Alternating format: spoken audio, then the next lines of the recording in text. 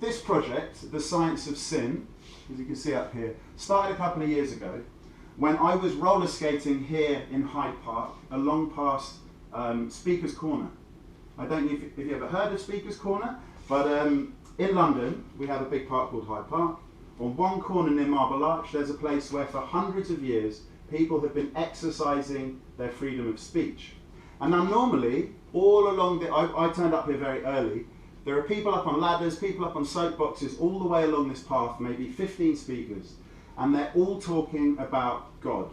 They're all discussing religion, they have very heated debates, but you know, they are allowed to profess any beliefs they wish, they have the freedom to speak there.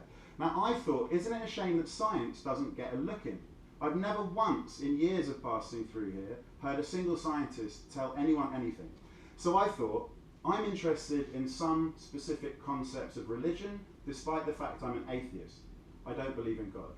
I sang a lot of hymns in my local church, so I was brought up within the Christian framework, but I never deep down believed in God, the supernatural, life after death, and so forth.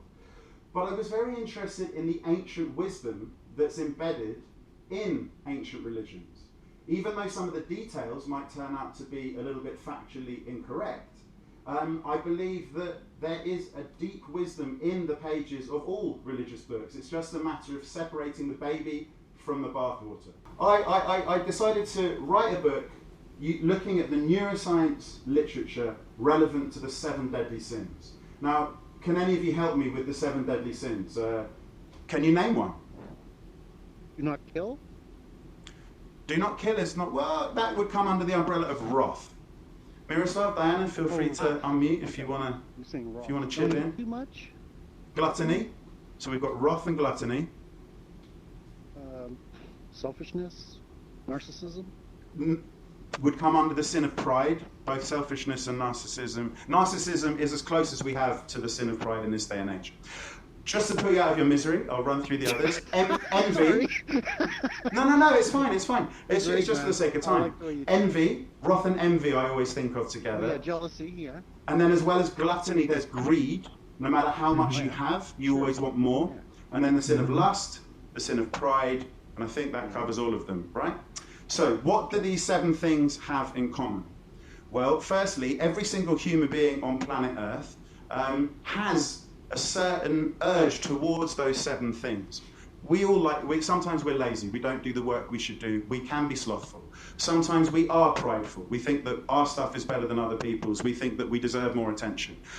Envy is a natural emotion, so on and so forth. The point is, Pope Gregory the Great, who captured the idea of the 7 deadly sins, did a fantastic thing.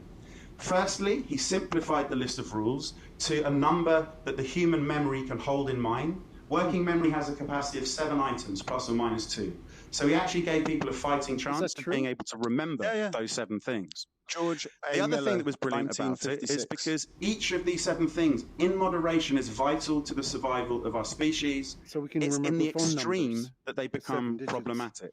So, For example, if someone is gluttonous, under, let's say, conditions back in prehistory where there wasn't enough food to go around, the person who ate more than their fair share would become very unpopular with everyone around them, and they would be ostracized. If they did it too much, they would potentially be pushed out of the community.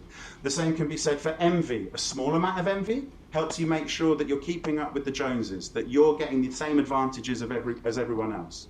But then when you feel envious of people all the time, and it's a problem to your life, it actually makes you behave in an irrational fashion, that envy can end up causing antisocial problems. Ultimately, it pushes people away into social isolation. And from a scientific perspective, that is the bit that is absolutely critical to the question of, do the 7 deadly sins still have a place in a post-religious world?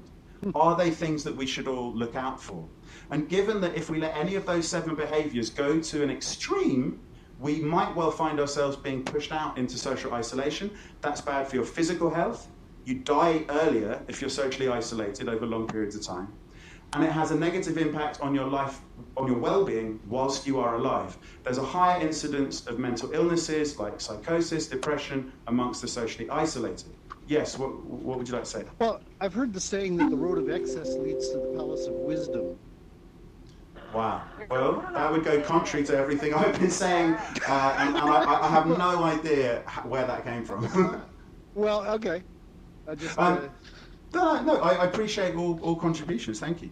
So the bit I was going to get to is I looked at the MRI experiments, magnetic resonance imaging. You get a human, you stick their head inside a scanner, you run them through a variety of experiences. You can generate envy under those circumstances. And a part of the brain that lit up called the DACC, the dorsal anterior cingulate, which is where the two halves of the brain meet in the middle, just above the corpus callosum, which connects the left and right sides of the brain. There's a little patch, the upper forwardmost part of the cingulate cortex, always lit up at the moment people were feeling envy. And it was proportionate to how envious they were feeling when they read reports of someone from their childhood who was doing really, really well in life, amazing job, loads of money, going on great holidays, which made them, by comparison, feel subordinate. It made them feel weaker. It made them feel failures by comparison. Another experiment, the Roth experiment, trying to engender this desire for revenge between two human beings. So you have the two humans connected up with electrodes. One of them can apply an electrical current to the other person to give them a weak electric shock. Yeah. And then that other person then gives the other one an electric shock back again. Maybe they'll crank the voltage up a little bit. And then in this tit-for-tat exchange, it happens under all sorts of circumstances. You always get one person, ow, that was much harder than the shock I gave you. And they crank the voltage right up because they want revenge. At the moment that they crank the voltage right up, this brain area, the DACC, lights up. It came up again over and over again in studies of neuroeconomics, so it seems to play a role in greed. And finally, narcissists, perhaps the most important subject matter, because the sin of pride was thought by Pope Gregory the Great to be the queen of all the deadly sins. Once you surrender to pride, you leave yourself very vulnerable to all of the 7 deadly sins, and narcissism is almost indistinguishable from what Christians thought of as pride being a sin. Narcissism and the sin of pride are almost identical. So narcissists are typically, they're exhibitionists, they're extremely vain, they think they're an authority on all things, even in the face of stark evidence to the contrary. They think they're the center of the universe, yet they have a very underdeveloped ego, and so they need constant feedback from other people to validate themselves, which is why they make such a pain of themselves. If you get a narcissist in a scanner, and put them in a circumstance where they're socially interacting with other people. Actually, it's 3 of them. So it's called cyberball, a game of catch whilst you're inside the scanner. So I would pass it to you, you would pass the ball to Miroslav would pass it back to you would pass it to me, and round we go. But at one point, you two exclusively start playing with each other, thereby leaving me, the person in the scanner, left out, socially excluded. At that moment of social exclusion, if you compare what's happening in the brains of the people with high levels of narcissism compared to low levels of narcissism, socially excluded, you find that the same old brain area, the DACC, lights up. So what is it with this brain area? 4 out of the 7 deadly sins, this brain area seems to be fundamentally involved. Well, it just so happens that in the year that I was writing the book, a bunch of neuroscientists collated lots of research on pain. They did the research on physical pain, the pain of a stubbed toe or a paper cut.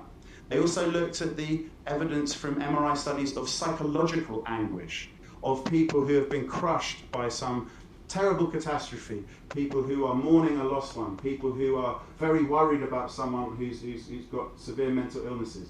And where am I going with this?